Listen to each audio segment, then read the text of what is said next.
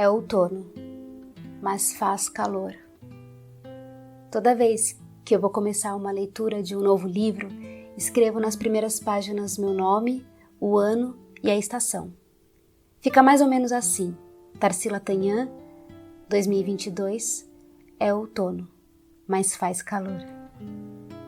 Gosto de contar os meus dias com as estações porque, de alguma forma, o tempo de fora modifica o tempo de dentro do meu corpo.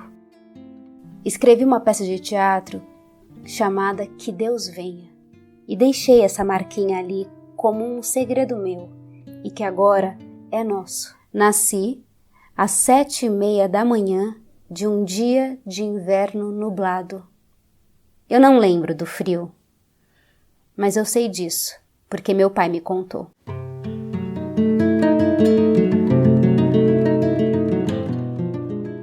Há algumas semanas meu avô morreu. Não chorei. Provavelmente não vou chorar. Eu queria chorar. E isso me fez lembrar o personagem do livro do Camus, O Estrangeiro. Ele também não chorou quando soube da morte de sua mãe. Quando ele foi parar no julgamento por um suposto crime, o fato dele não ter chorado a morte da mãe pesou contra ele. Estou condenada. Pensar é tão imaterial que nem palavras tem. Passaram uns dias. Lígia Fagundes Telles morreu. Meus olhos se encheram de lágrimas. Mas por que isso? Nem parente era. Morte de artista tem um significado todo esquisito dentro da gente. Uma coisa é certa, ela permanece aqui, de alguma forma. Na vida, nós somos artistas de uma peça de teatro absurdo, escrita por um Deus absurdo. Nós somos todos participantes desse teatro. Na verdade, nunca morremos quando acontece a morte. Só morremos como artistas. Isso seria a eternidade? Nunca se esquecer. Quando se tem uma dor, que a dor passará. Nunca se esquecer que quando se morre, a morte passará. Não se morre eternamente. É só uma vez e dura um instante. Esse trecho é de um livro chamado Um Sopro de Vida, da Clarice Lispector. Esse livro foi publicado póstumamente. A Clarice não tinha terminado de escrever esse livro, eram folhas e mais folhas, fragmentos e mais fragmentos, e uma grande amiga da Clarice, a Olga Borelli, organizou esses manuscritos e publicou esse livro maravilhoso. Eu disse no episódio piloto que nestes últimos meses tem vindo em meus olhos inúmeras memórias de infância. É engraçado porque fui perguntar ao meu pai se eram reais ou inventadas essas memórias. Ele não confirmou quase nenhuma. Fato. Inventei memórias. Mas tem uma memória do meu avô que talvez não seja inventada porque minha mãe me contou. Eu mesma não me lembro porque eu era realmente muito pequena. Ela me disse que meu avô ia nos visitar e eu saía engatinhando atrás dele no meio da rua, sempre, sempre, sempre, sempre. Eu me lembro que meu avô morou numa casa perto do trem do Brás, aqui em São Paulo. E lá tinha um daqueles fogões de acampamento e um botijão de gás pequeno do lado da janela. Eu subia nesse botijão azul pequeno para ver o trem passar. Me lembrando agora, pareciam tardes nubladas de outono. Nossa, fazia muitos anos que eu não via meu avô.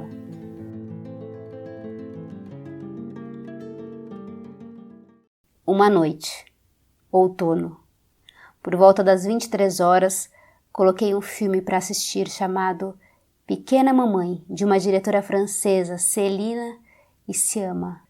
Uma criança de 8 anos acaba de perder sua avó e está ajudando seus pais a limpar a casa de infância de sua mãe.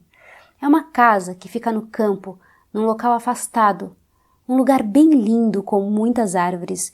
E provavelmente o filme foi filmado na primavera porque as árvores estavam carregadas. E esse filme é francês. Eu não sei se esse filme foi filmado em Paris, mas vocês já viram Paris na primavera? É uma coisa muito linda. A primavera tem um quê de melancolia fugidia, não tem?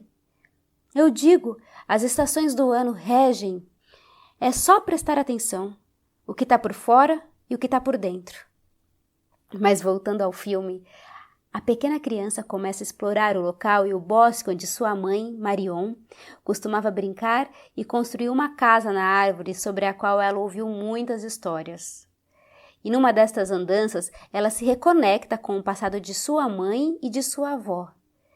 É um filme que tem um toque de fantasia e a forma como a diretora conta essa história da criança é bastante poética e original. É tão bonito que se eu fosse cineasta seria um filme assim que eu gostaria de fazer. A morte ali não é triste, é apenas uma passagem, uma saudade, um lastro de uma história que continua em quem fica. Cada um tem uma forma de lidar com a morte. As culturas têm modos diversos de lidar com perdas. Tem povos que cantam e dançam.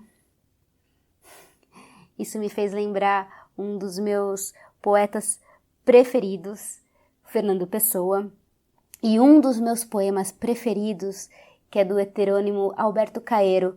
Esse poema não tem título e eu também não vou falar ele completo aqui, mas os últimos versos dizem o seguinte: podem rezar latim sobre o meu caixão se quiserem. Se quiserem, podem dançar e cantar à roda dele. Não tenho preferências para quando já não puder ter preferências. O que for quando for, é o que será o que é. Nossa, eu lembrei agora, nem tá no meu roteiro isso, de um filme chamado Capitão Fantástico. Também tem uma cena que eles estão velando, cremando. É uma fogueira que está acontecendo.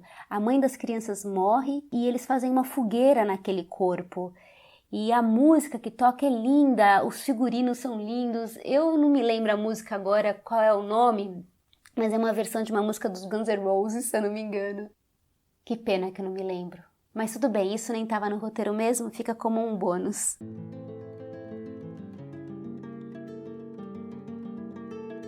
Meu avô nunca soube quem eu era e nem eu soube quem ele foi.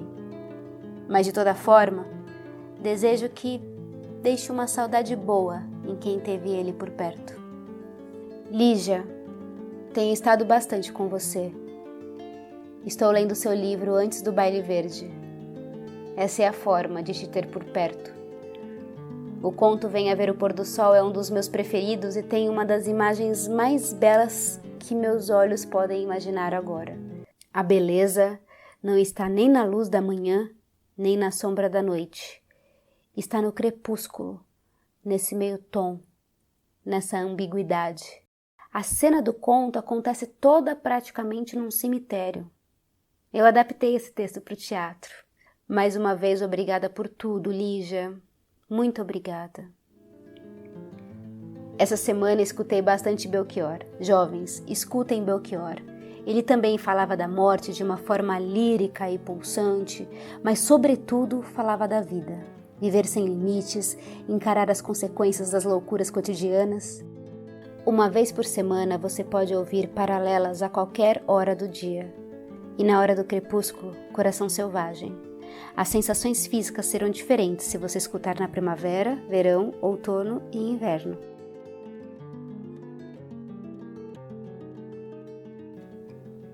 Fazia um mês que tinha nascido aqui em casa um pintinho que demos o nome de Dom Quixote. Amanheceu ensolarado, vento gelado, e ele morreu nas mãos do meu companheiro. Se foi num pio. Essa cena que aconteceu me fez lembrar de um livro chamado O Peso do Pássaro Morto, da Aline Bay.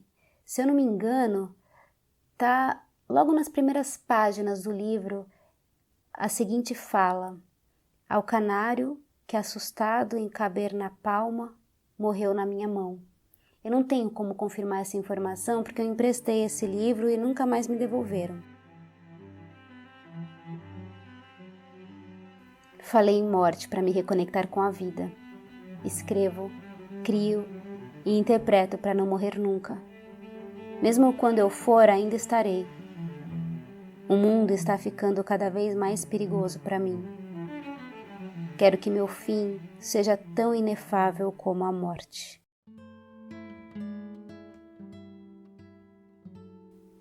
Segredo de Liquidificador é escrito e narrado por Tarsila Tanhan, produção de Vratatá, traficante de cultura.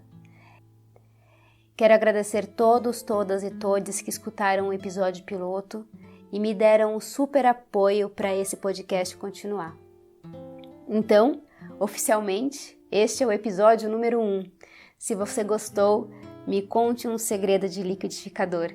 A cada episódio eu deixarei um post no Instagram onde você poderá conversar comigo e todas as referências citadas estarão nesse post.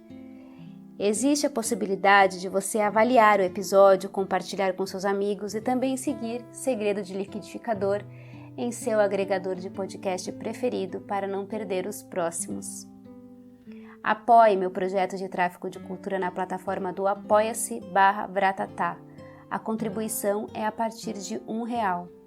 Você também pode fazer um pix no e-mail tarsila.albuquerque@gmail.com e me seguir também no Instagram @vra_tatá e no canal do YouTube Vratatá Arte e Cultura. Um beijo na ponta da orelha e até daqui a pouco.